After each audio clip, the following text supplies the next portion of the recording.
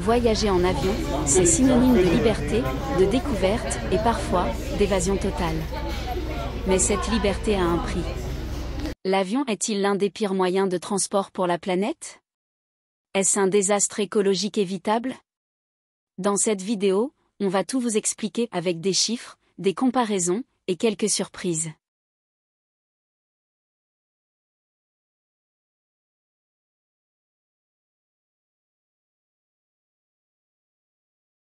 Commençons par les faits.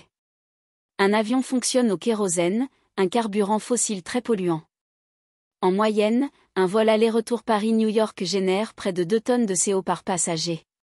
C'est l'équivalent de ce qu'une personne devrait émettre en un an, si on voulait respecter les objectifs climatiques de l'accord de Paris.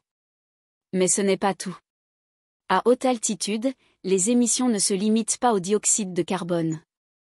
Il y a aussi les traînées de condensation, qui forment des cirrus artificiels et accentuent l'effet de serre. Ces effets indirects pourraient doubler l'impact climatique réel d'un vol.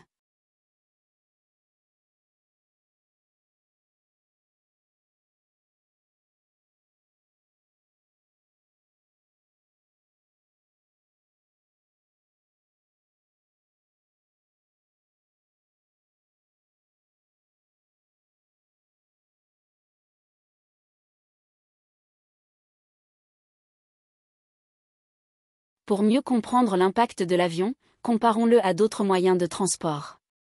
Le train à grande vitesse émet en moyenne 5 grammes de CO par kilomètre et par passager. Une voiture individuelle émet environ 120 grammes par kilomètre, selon le modèle. L'avion, lui, dépasse souvent 200 grammes de CO au kilomètre passager, et parfois bien plus sur les vols courts. En résumé, train égale très faible impact. Voiture égale moyen. Gros cercle rouge avion égale très élevé.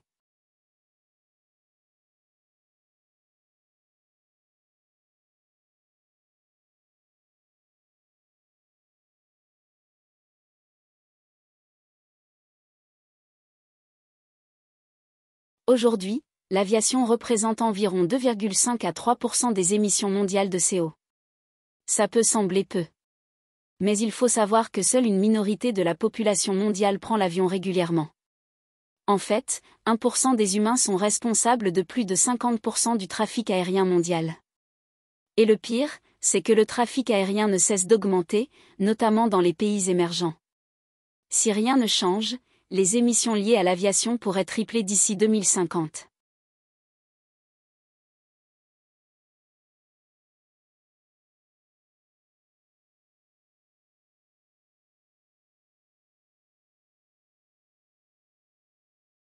Alors, que faire? D'abord, éviter les vols courts, surtout s'il existe une alternative en train. Ensuite, réduire la fréquence, préférer un grand voyage bien pensé par an plutôt que plusieurs week-ends volés à l'Europe.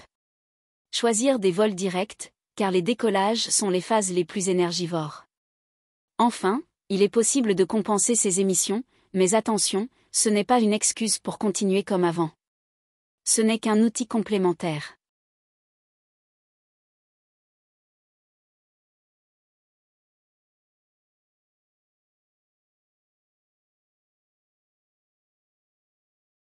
Les industriels cherchent des solutions.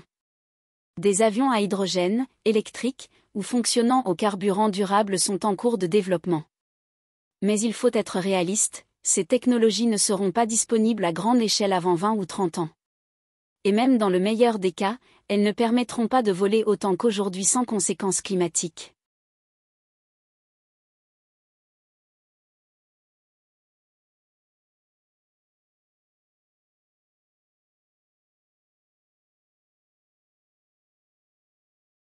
Voyager en avion n'est pas un crime. Mais le faire souvent, pour des trajets évitables, oui, c'est un problème.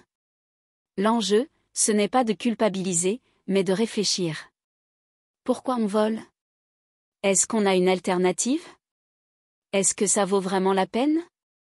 Parce que face à la crise climatique, chaque choix compte. Même ceux qui nous emmènent à l'autre bout du monde.